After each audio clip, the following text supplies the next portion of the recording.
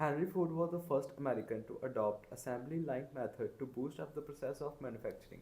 हम्म तो Henry Ford, वैसे Henry Ford कौन था ये? इसने जो है Ford company. Ford motor company का ये फाउंडर था, ठीक है। और इसने असेंबली लाइन मेथड भी स्टार्ट किया था, ठीक है। Next is This method encouraged mass production and lowered the cost of prices of engineered goods. तो ये असेंबली लाइन मेथड से क्या मतलब है कि ये मेथड जो है मास प्रोडक्शन, मतलब काफ़ी चीज़ें प्रोड्यूस करने में ये हेल्पफुल था, और लोअर द कॉस्ट, क्वांटिटी ज़्यादा, मास प्रोडक्शन मतलब ज़्यादा चीज़ें प्रोड्यूस होती थी और कॉस्ट कम हो जाती थी और प्राइसेस भी कम हो जाते थे इंजीनियर्ड गुड्स के। इंजीनियर्ड गुड्स मतलब जिन चीज़ों को बनाने में इंजीनियर हेल्प करते हैं। With higher wages, there was a spurt in purchase of refrigerator, washing machine, etc. through higher purchase. हम्म तो ये क्या है कि परचेज ज़्यादा हो जाती थी, लोग ज़्यादा खरीदते थे, ठीक है। हायर वेजेस, वेजेस भी ज़्यादा होते थे।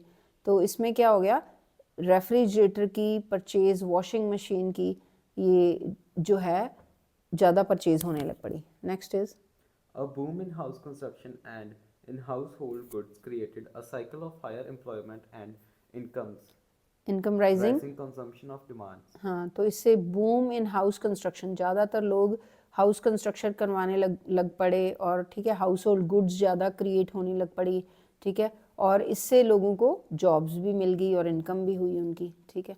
Next is no doubt No doubt the root cause of the Great Dispersion depression. depression lies in this boom because of overproduction in industrial and agriculture sector. हाँ, तो फिर इसमें क्या हो गया, रूट कॉज किस चीज़ का? डिप्रेशन का। डिप्रेशन का रूट कॉज क्या था? यही बूम। बूम मतलब बहुत ज़्यादा इंडस्ट्री जो थी वो फैल रही थी और इसमें ज़्यादा चीज़ें प्रोड्यूस हो रही थी, ठीक है, इंडस्ट्रियल सेक्टर में और एग्रीकल्चर सेक्टर में।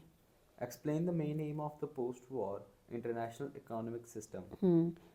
तो इंटरनेशनल मतलब पूरी दुनिया के जो इकोनॉमिक सिस्टम में वॉर के बाद, कौन सी वॉर की बात कर रहे हैं? वर्ल्ड वॉर 1 के बाद क्या प्रॉब्लम्स आई?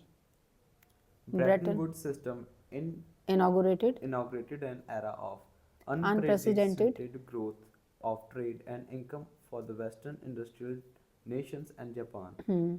तो ब्रेटन वुड ने एक सिस्टम स्टार्ट किया था, ब्रेटन वुड सिस्टम, इसका नाम ही पड़ गया। इसने शुरू किया था, इनाग्रेटेड मतलब शुरू किया, कौन सा ईरा?